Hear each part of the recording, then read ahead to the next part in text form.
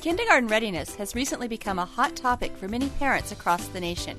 Now, it is not only a question of age, but also looking at the social and emotional development of children.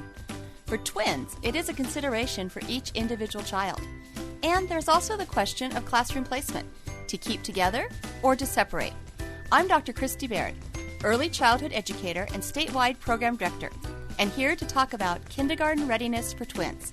This is Twin Talks. The ultrasound shows your babies to be healthy. What? Did you say babies?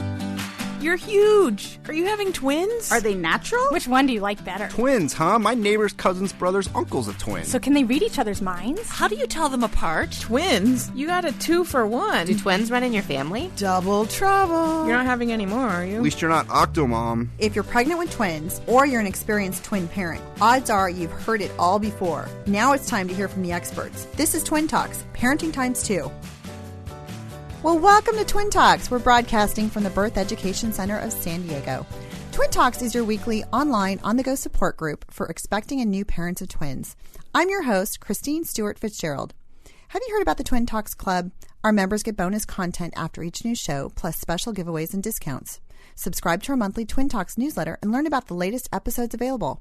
Another way for you to stay connected is by downloading our free Twin Talks app. It's available in the Android, iTunes, and Windows Marketplace. I'm going to turn it over to Sunny, our producer. Yes. So before I kind of tell you guys a little bit more about myself, I do want to tell you a really great way that you guys can get involved with Twin Talks. So we are changing up the way we're doing our recordings here for all of our shows for New Mommy Media. And everything's going to be recorded remotely as opposed to us kind of meeting in a studio type environment in San Diego, which this is great news for anyone that's wanted to be part of the show and you just haven't had a chance to do that, or you don't live in the Southern California area, because now all you need is your computer and a pretty good internet strength, I guess you could say, and you can join our conversation. So there's more information on our website at newmommymedia.com. If you just go to the homepage, there's a banner at the top that tells people how you can get involved. So I encourage you to check that out. Okay, so about me. Now let's bring the focus on Sunny. So I have 4 kids. My oldest is 5, a boy. I have a 3-year-old boy, and then my twins are identical twins. They're girls, and they're just over 2. Yes. Yes. You got 2 of each, so, I'm when people ask you, are you balanced? And then, you want more, and you're like, well, I always want more, but that's not going to happen. We're done. And on the phone with us today, so Jules, can you tell us about yourself? So my name's Jules Mass. I'm in Seattle, Washington. My husband and I have been here for 10 years, and we have triplet daughters who just turned 5 on Wednesday. Woohoo! And one is fraternal. And that's it in a nutshell. That says it all, Jules. Yes. That says it all. 3 girls. I know. And Carrie? I am Carrie Bergman, and my husband and I have a 7-year-old fraternal girls and 2-year-old identical girls. And we live in Ocean City, Maryland. We've been here for about 20 years. And I run a blog called New to 2. Other than that, that's all we have. Yeah, that's it. That's it. That's all. That's it. That's all you have time to do, Carrie. That's it. Oh my gosh. Triplets. And I was going to say, we've got lots of girls here because, I'm your host here, and I've got identical girls as well. And I've also got a singleton girl. So my twins are 6, and then my third, she thinks of herself as a third twin. She does everything with the 6 years old. That's so great, though. How cute. You can have triplets. Although I will not take that badge away from the rest of them. That's true. And I got to say, I don't know, between the 2 of you, I think twins, 2 is a lot. And then triplets and 2 sets. I'm like, oh my gosh. You guys need a special badge. Yeah. You do. Seriously. Yes. And, then I'm going to just introduce, so Dr. Baird, you want to just talk a little bit of your experience with preschoolers and kindergartners? Sure. And So I've been in education for 28 years. I was a kindergarten teacher, and then I worked with a family literacy project running preschools. Currently, I work for the Orange County Department of Education, and I train preschool, transitional kindergarten, and kindergarten and first grade teachers in strategies that help them help students acquire the curriculum. And I do a lot of work with parents looking at what do you need to know to help your child best and make sure your child's making the progress they need to make in school. Wow, that's a lot. That is. That's awesome.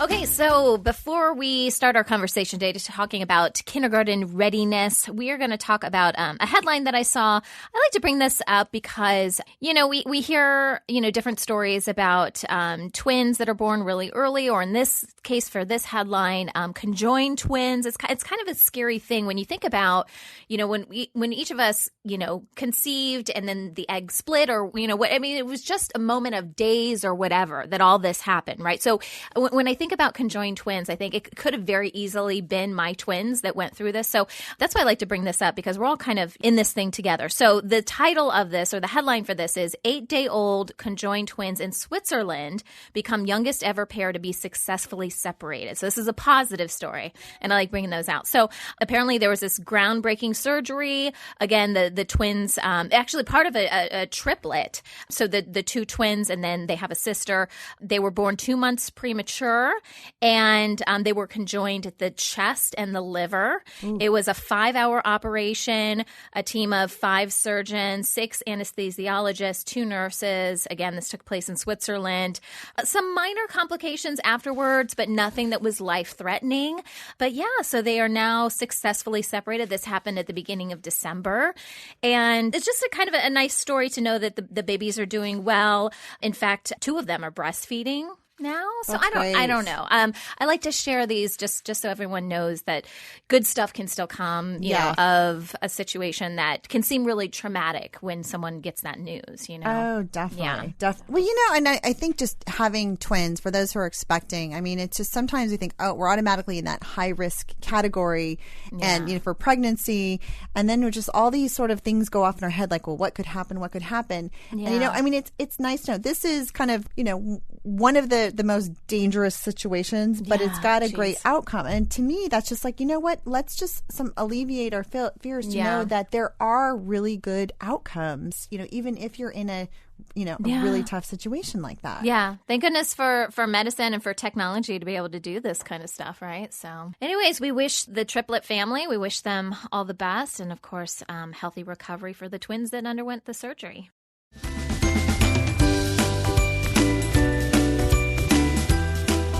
Well, we're here today with Dr. Christy Baird of the Orange County Department of Education, and we're talking about what needs to be considered when you're determining if your twins are ready to enter kindergarten. So it's such a hot topic. It is. It really is. I've heard a lot about it. Oh, my gosh.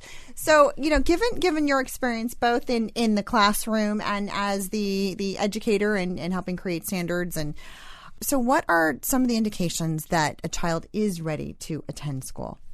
When we look at children, we always want to look at them as what we call the whole child. So we want to look at both their social, emotional, their physical, and their cognitive readiness.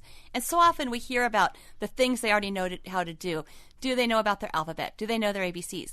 But really the most important thing we want to look at is that social emotional readiness.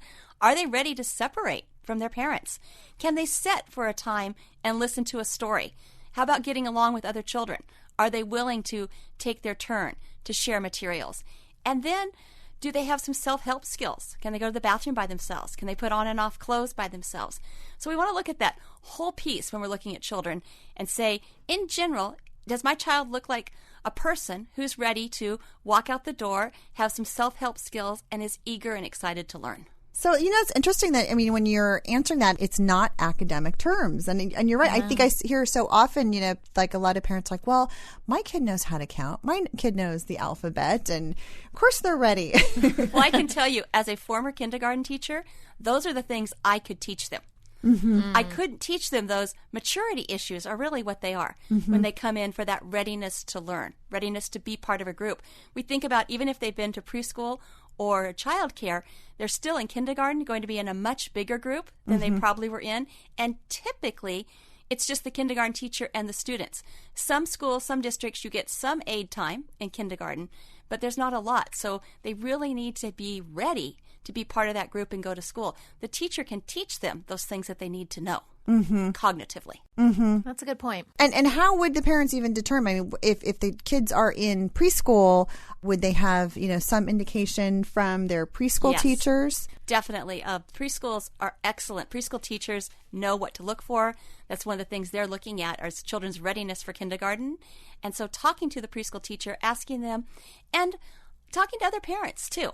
We need to get that big picture, and particularly if it's your first child, sometimes you don't know what should a child that's going to enter kindergarten look like.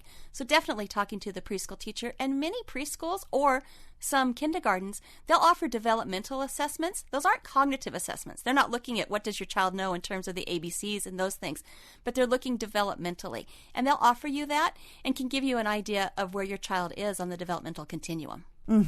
And, I was just thinking, I know, my girls, we had them in preschool, and we had them together for the first year, and then we separated them for the second year of preschool. And so part of our strategy was let's sort of give them this separation earlier on rather than waiting till kindergarten. So I don't know if that was our strategy approach towards it. But I would hope that the teachers would be able to kind of evaluate them. I mean, as twins, be able to evaluate them individually, not as, oh, hey, I've got the twins in my classroom. Right. That's the tough one. It is. No, I just wondering, I mean, when you talk about the social and emotional types of development, are the standards for entering kindergarten, are they fairly consistent throughout the U.S.? I mean, do we see different standards state to state? Throughout the U.S., particularly now, as regardless of how you feel about it or don't feel about it, as we're moving to the Common Core standards, we're seeing much more consistency across the states in what people expect. But regardless, even without the Common Core, there still are things that if a child's ready to learn, they're ready to learn, regardless of what state they live in. And so I know I was recently at a conference in New Mexico and talking with kindergarten teachers, and we all have the same ideas, what children need to come with and what they need to know. And so I think you see that consistently across the United States. Well, that's good. That makes it easy. Am I living in an easy state or a tough state? That's true. And I mean, and have they changed? I mean, I'm just curious over time, because I think sometimes I hear from folks, they say, well, kindergarten's a lot harder than it used to be, and they have homework. True. And they do. They have homework. They have homework. So what has changed over time are really our expectations of what children are going to be able to do by the end of kindergarten. Okay. When I first started kindergarten in 1988, by the end of kindergarten, they were supposed to know their letters and know some sounds. And if they could put them together and read some simple words, that was great, but it wasn't the expectation. Now they really are expected to be well on their way to being a beginning reader, if not already a beginning reader, by the end of kindergarten. The same thing with math. It used to be if they could do number quantity up to 20 and they understood one-to-one correspondence and they could add and subtract to about 5, that was great. Again, that's really expanded depending on the standards, how far they want to take them. But some school districts are going as far as 20 and 30 for their addition and their subtraction facts. For kindergarten. Oh my gosh. Wow. So it really has expanded. And like you said, the homework. So that's really, if you're looking at, is my child ready to go to school? You need to think about that high cognitive demand that's going to be on them now that did not used to be there. Wow. Now, Carrie, I think since your older twins are in first grade, I believe, or second grade. Nope, they're in first grade. They are in first. Okay. So was that your, tell us a little bit about your experience. I mean, did they go to preschool, and how did you determine that they were ready? Yeah, I was a stay-at-home mom, and I have been since they were about 1, so I was really lucky there. And we would join a lot of play date groups, and then when they were about 4, I put them into like a preschool 2 days a week, and they did well. But what made me nervous is here in Maryland, we do full day kindergarten. We're back in Virginia where I grew up, they still do half day. And I was concerned about the nap because they didn't get the naps anymore. And I was concerned would they be able to make it a full 8 hours from morning until they got home.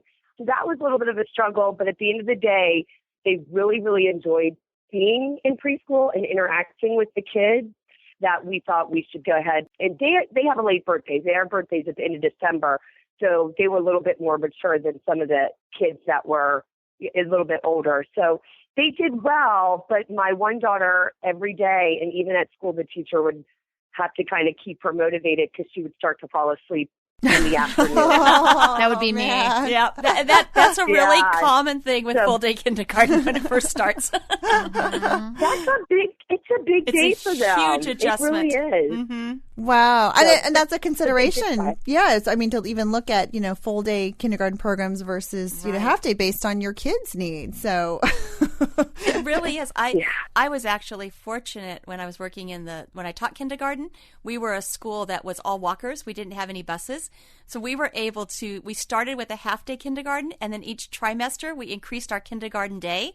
So as they were developmentally ready, they got the longer day. And that was so successful. Wow. But for most places, What a that's not an cool option thing. because of busing. It's like our other schools in our district, that wasn't an option for them. Yeah. Wow. But that's it really worked neat. out really well. wow. And then, sorry, for Jules then, how about for your girls? So what was the process for entering kindergarten? Well, we are actually registering for kindergarten tomorrow. Yay! They just turned 5, right? Oh, that's Yeah. right. That's right. Yes. But our progression was, well, I always thought I would go back to work after I had them. Ha ha ha. So here in Seattle, and I know it's nationwide, putting them into any sort of childcare was not feasible. It just negated my entire salary. Right. So I've been home with them since they were born. I do freelance work. And so we were not able to get them into preschool until they were 4. And they've been going 3 days a week. It's a half day. And because of the situation of our schools here in where we live in our particular area of Seattle, their kindergarten is only going to be a half day. So I'm kind of bummed about that because I think they could handle a full day. They decided they were not taking naps anymore at like 3.5. And so that was a real struggle. It's like, what do I do with you all day? Just go to sleep. You're tired. They would, walk into walls, and they were so sensitive, but they would not sleep because we have to split them up. We have 2 in one room and 1 in another room, and the 2 in one room would keep each other awake. So it was pointless. So, Oh my gosh. So this fall is going to be a really interesting time for you. it is. We're super excited. They're ready for it. We have a school bus right down on the corner of us, and they see them every time we go to our preschool. And they're like, "We want to ride the bus." I mean, the school is, 1,000 feet away from us. So we could walk. I could drop them off. They could take the bus. They're psyched. That's exciting. And that's what you want. That's how you know they are ready to go to school. They're asking you. You're asking, yes. That's a big step. No, and that's a great thing because you don't want the kids to go, oh, school, I don't want to go to Yeah. school. I mean, if they're excited Right. about that, I mean, wow. I mean, I wish all kids would be, I know. really amped up. That would be really nice. Yeah, I know. I'm supposed to be sad about it, but No. No, you get a little portion of your life, probably a big portion of your life back, Jules. Yeah. I wouldn't be sad about that at all. Now, Dr. Barrett, okay, so now, particularly talking about twins Right. and triplets, I have to throw that in there with 3, because that's very unique. What are some other considerations? Because, I think I've heard about, different situations between maybe fraternals versus identicals. There's some Right. special kind of unique needs of twins that we should be considering as well. There definitely are. And as you said, there's research, as we were talking earlier before the show started, all over the map. You can find research that's going to address any stance you want to take on this topic. My biggest thing is I always come back to looking at children as individuals. Mm-hmm. And even though they are one of 2 or one of 3 in terms of how they were born, they're still individual people. And so really asking yourself, what's important for this child? And we know as parents, part of our job is really getting to know our children and knowing what interests them, what's best for them, and not pushing ourselves onto them and what we think we would like, but what they would like. And then I think, if you look at the parent, we think about, as they go to kindergarten, that's kind of your first empty nest step. Mm-hmm, and it's going to feel like a bigger empty nest than it would for a parent of a singleton. Right. And so that's going to be a little bit, you have to keep that in mind as the mom. But as you look at your children and you think, should they be in the same class? Should they be in different classes? I think you have to decide what's important for my children and my family and what's going to make the best for them. You think about fraternal and identical. There's a little bit of research out there that says identical, it's a little bit stronger personal bond there. But again, I think you have to look at your children. As a kindergarten teacher, I had twins a few times in my room, and a couple times the parents chose to keep them together, and a couple times they chose to separate them. We always let it be a parent choice at the school I was at, and so parents had different reasons for why they chose what they did. But again, it comes back to who is my child, who are my children, and what's going to make the best for them. So I have a question with that, because now my girls are only a little over 2, so we've got some time, right? But if I were judging just based on what I know of them now, I would probably have 2 different answers. I would say, well, Ainsley, I think, needs to be with Addie, but Addie doesn't need to be with Ainsley. So, I mean, what do you do? What do you do when that happens? I think when that happens, really, and I can't quote a study to back this up. I know I was reading some about that. It's that the one that needs to be apart, I think you need to honor that over the one that needs to be together. Yeah. Because they're still going to be together at home. Sure, sure. Now, what about fraternal boy-girl? I mean, because I know I've heard sometimes, maybe boys need a little bit more, developmental time. Right. So I don't know, have we come across any situations where you've had, opposite sex fraternal twins and maybe one was ready and one wasn't? Okay.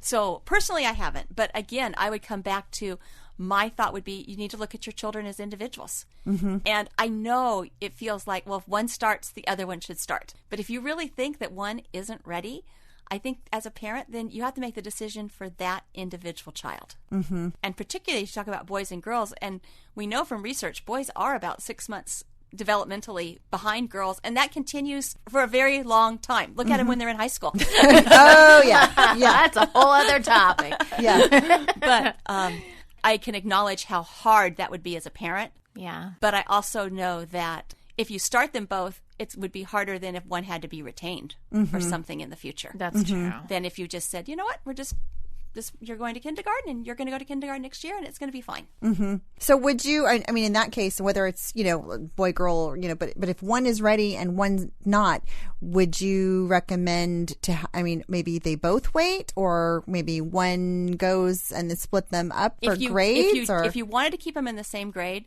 I think the best thing is they both wait. Mm-hmm. Overall, I'm a very much a developmentalist. Mm-hmm. And I think it sounds like the moms we're talking to right now on the phone are doing some great things with their kids. Their children are going to learn and grow, and if they had to wait, it would be okay. Mm-hmm. I don't believe waiting is a detriment for a child. Right. Well, we're going to take a break, and we're going to talk a little bit more about classroom placement and that tricky question of keeping together or splitting apart.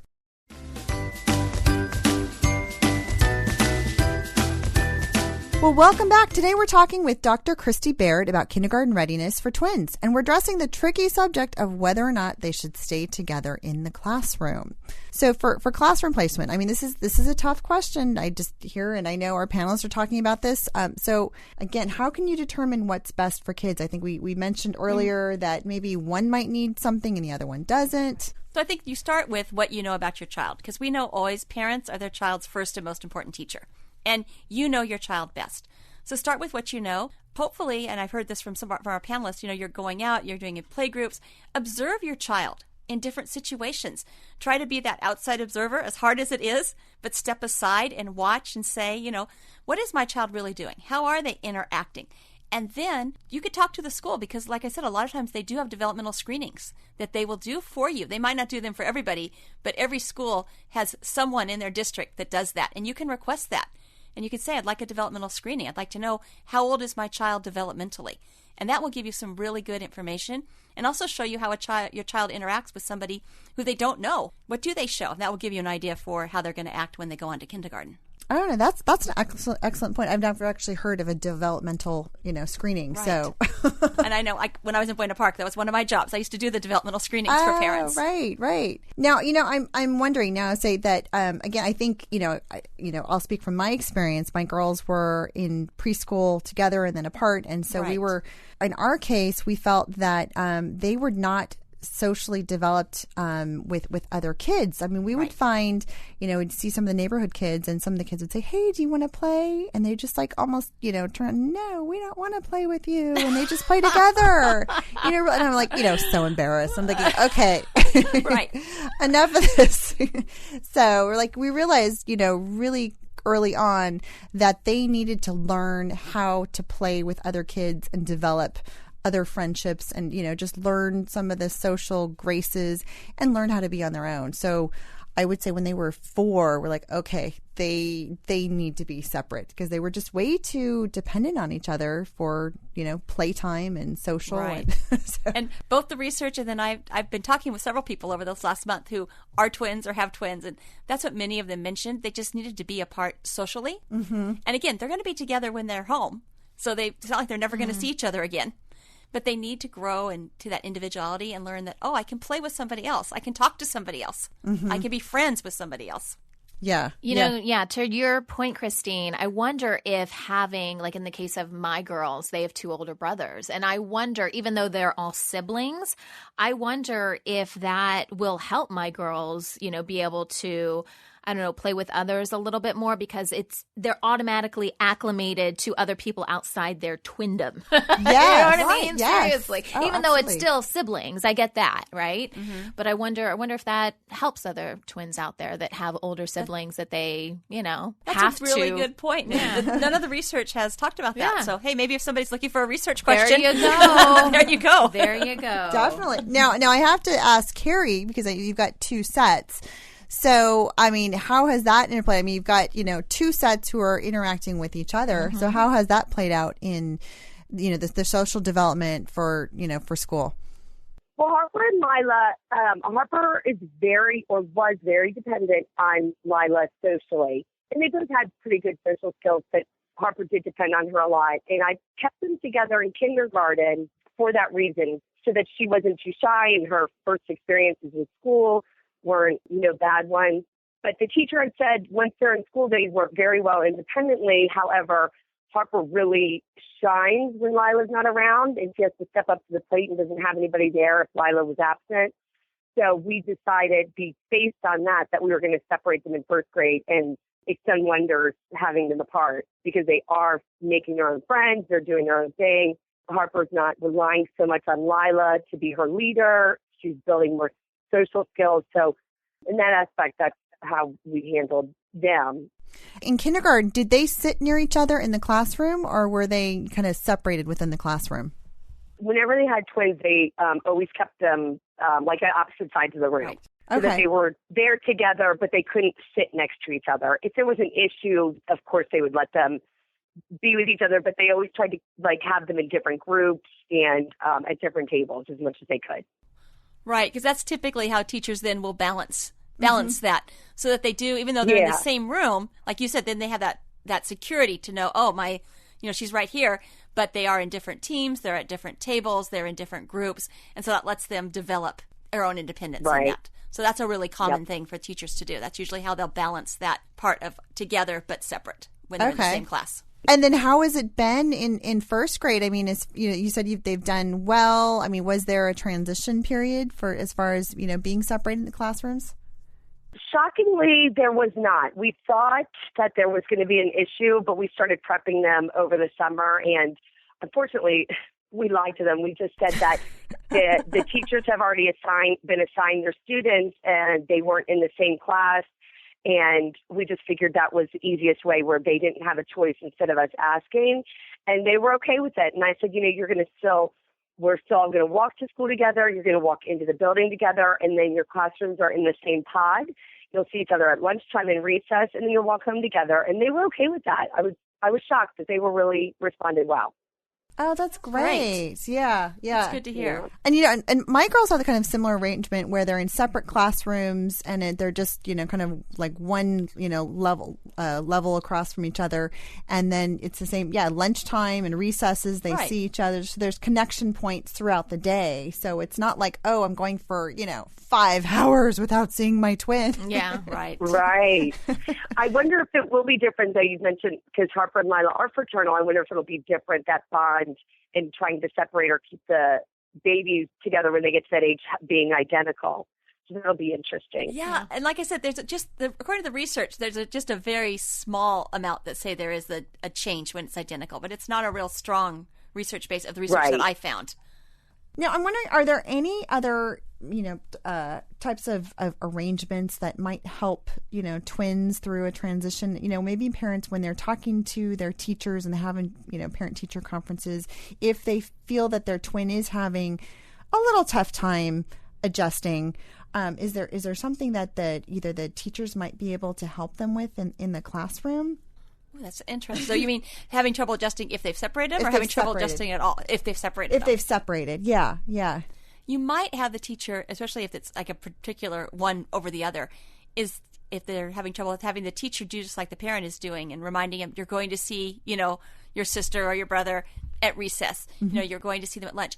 Perhaps, usually in elementary school, classes sit together at lunchtime when they're in kindergarten. They sit by their class so that, they're a little bit more like, do we know where everybody is? If that's the case at your school and your children are having a little bit of issue, see if maybe they could sit together at lunch.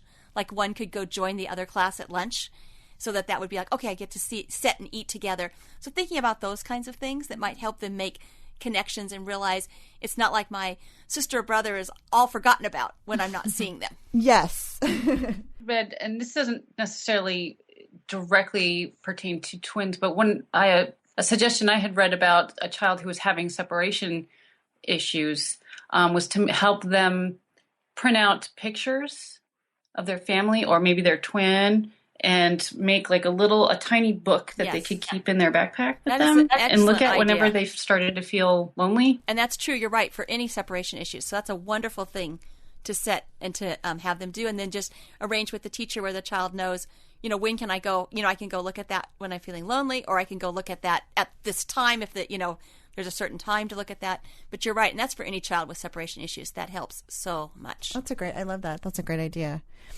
So now, okay, we were talking about separation, and we know eventually at some point, right, when they go off to college, they have to be separated. So I don't know, what do you tell parents who may ask, do my kids need to be separated? I mean, is it mandatory? I mean...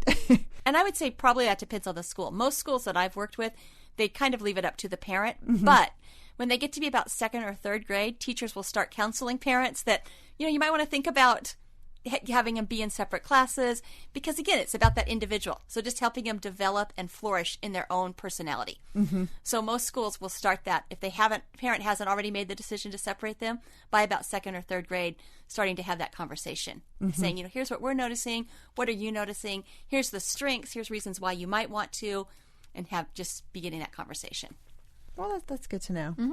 Well, thanks so much to Dr. Baird and our parents for joining us today. And be sure to visit our episode page on our website for more information about kindergarten readiness and classroom placement, and as well as links to our additional resources. This conversation continues for members of our Twin Talks Club, and after the show, we'll talk about crazy stories about twins at school. For more information about the Twin Talks Club, visit our website, newmommymedia.com.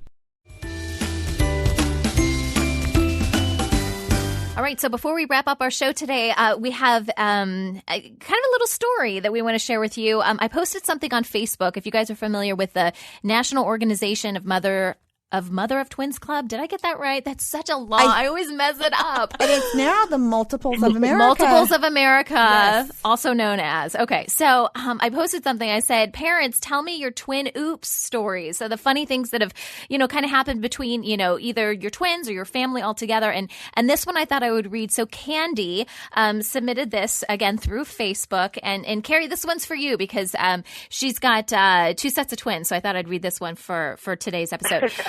So Candy says, we had fraternal girl-girl twins, and then 22 months later, fraternal boy-girl twins, all 6 weeks early and 4-pounders. We flew them to Texas when they were 2 and 4 on a Lockheed L1011, if anyone knows anything about planes, which had 6 seats in the middle. The stewardess announced to the whole plane that there was a family with 2 sets of twins on board.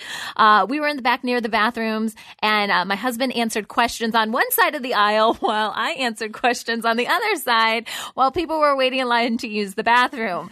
I loved it when one of the stewardesses stopped to chat and asked me what kind of vitamins I took. You have to, Carrie, you have to get that when you're out. I mean, we all get it as parents of twins and triplets, but you have to be like, you have to get more questions than the rest of us, I'm sure. I do. I'm just glad my older girls don't look alike anymore because it has stopped those questions from bombarding me. There you They don't go. even pick up on it. There you go. Well, Candy, thanks so much for writing this in. When I posted something to Facebook, I really appreciate it. And we're always looking for your guys' twin oops stories, so you can always submit through our website at newmommymedia.com. Well, that wraps up our show for today. We appreciate you listening to Twin Talks.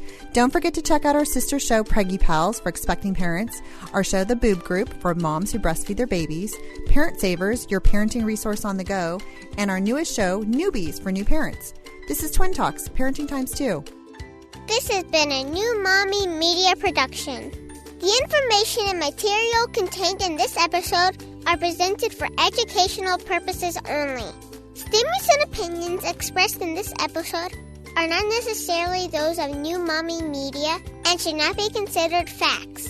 While such information and materials are believed to be accurate, it is not intended to replace or substitute for professional medical advice or care, and should not be used for diagnosing or treating healthcare problem or disease or prescribing any medication.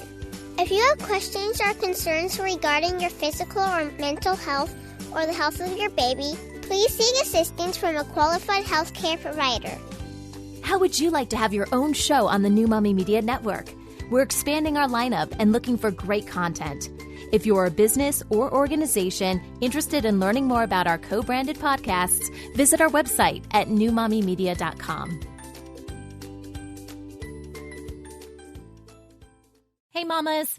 Don't forget to check out Mighty Moms. It's our online community built for new moms just like you.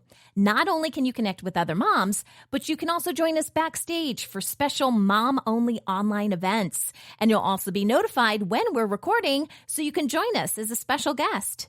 Visit our website, newmommymedia.com, and click on the Mighty Moms banner. It's free.